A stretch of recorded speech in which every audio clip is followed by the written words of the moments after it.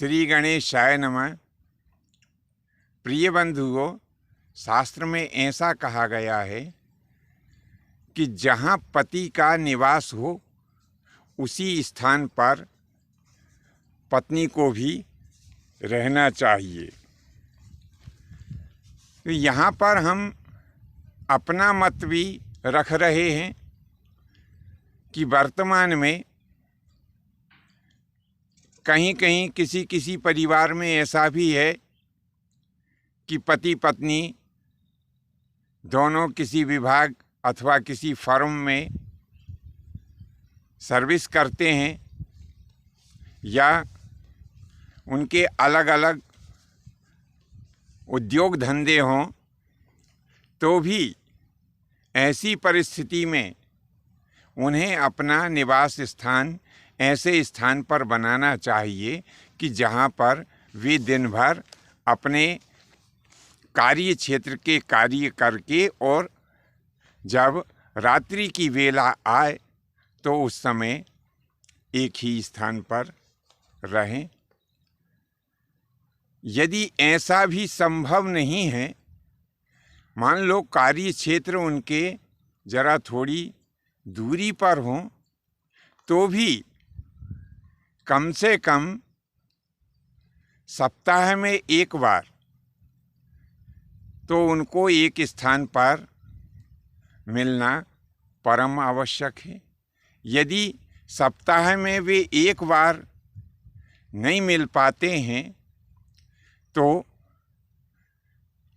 14-15 दिन में उन्हें एक बार अवश्य ही एक स्थान पर मिलना चाहिए।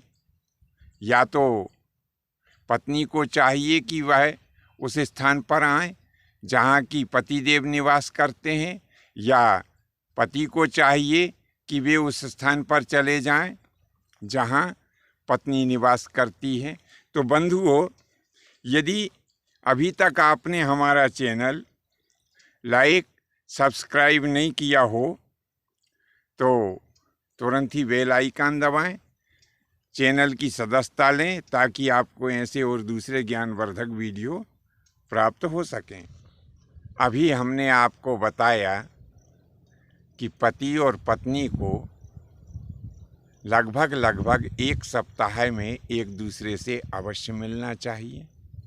यदि वे एक सप्ताह में नहीं मिल पाते हैं तो कम से कम उन्हें 14-15 दिन में एक बार एक दूसरे से मिलकर अपने भावों और अपनी कामनाओं की पूर्ति करना चाहिए।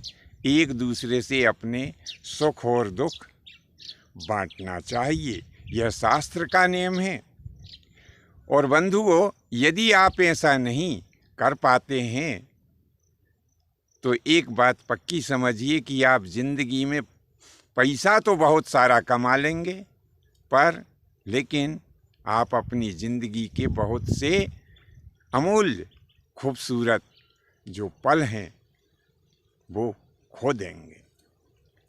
तो बंधुओं, ये परिवार है। परिवार में छोटे मोटे झगड़े भी चलते रहते हैं।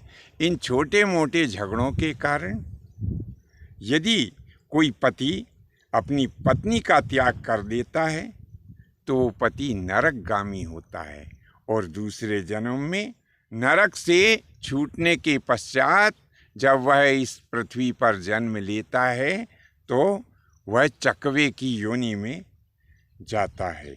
इसी प्रकार से यदि कोई पत्नी द्वेषवश छोटी मोटी बुराई के पीछे अपने पति का त्याग करती है तो वो भी नरकगामी होती है, और नरक से छूटने के पश्चात इस भूमंडल पर आकर के वो भी चकवी की योनि में चली जाती है। तो बंधुओं, आज के लिए बस इतना ही। शेष फिर कभी नए विषय के साथ में आपकी सेवा में उपस्थित होंगे। आपको आज का भाग कैसा लगा नीचे कमेंट्स बॉक्स में अवश्य लिखें। धन्यवाद। जय माता की, जय परशुराम जी की।